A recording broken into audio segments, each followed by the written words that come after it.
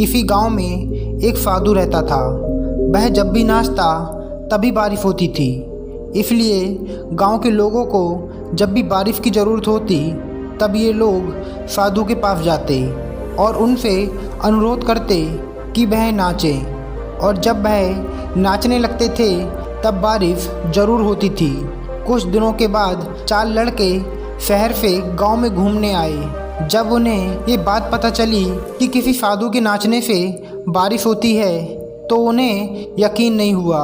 शहर की पढ़ाई लिखाई के घमंड में उन्होंने गांव वालों को चुनौती दे दी कि अगर हम भी नाचेंगे तो बारिश होगी, और अगर हमारे नाचने से बारिश नहीं हुई तो साधु के नाचने से भी बारिश नहीं होगी।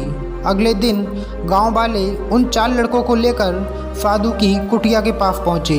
गांव वालों ने साधु को सारी बात बताई। पहले लड़के ने नाचना शुरू किया। आधा घंटा बीत गया, फिर पहला लड़का थक कर बैठ गया पर बादल नहीं दिखे। कुछ देर के बाद दूसरे लड़के ने नाचना शुरू किया और 1 घंटे बीतते बीतते वह भी थक कर बैठ गया। बाकी दोनों लड़कों ने भी ऐसा ही किया पर बारिश नहीं हुई। अब साधु की बारी थी। उसने नाचना शुरू किया। 1 घंटा बीत गया पर बारिश नहीं हुई। साधु फिर भी नहीं रुका। नाचते नाचते 2 घंटे बीत गए पर बारिश नहीं हुई। 4 घंटे बीत गए पर बारिश नहीं हुई। लेकिन साधु तो रुकने का नाम ही नहीं ले रहा था। धीरे धीरे शाम ढलने लगी। तभी बादलों की गड़गड़ाहट सुनाई दी और थोड़ी देर के बाद ज़ोर ज़ोर से बारिश होने लगी। ये देखकर चारों लड़के हैरान हो गए और तुरंत ही साधु से क्षमा मांगी।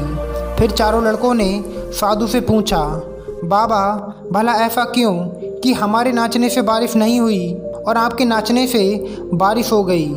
साधु ने उत्तर दिया कि जब मैं नाचता हूँ तो 2 बातों को ध्यान रखता हूँ। पहली बात तो मैं ये बात सोचता हूँ कि अगर मैं नाचूंगा तो बारिश को होना ही पड़ेगा, और दूसरी ये कि मैं तब तक नाचूंगा जब तक बारिश ना हो जाए। सफलता पाने वाले में भी यही गुण विद्यमान होता है। वे जिस काम को करते हैं उस काम में उन्हें सफल होने का पूरा भरोसा होता है, और वह तब तक उस काम को करते हैं जब तक कि सफल ना हो जाए। इसलिए अगर हमें सफलता हासिल करनी है तो इस साधु की तरह अपने लक्ष्य पर ध्यान देना होगा।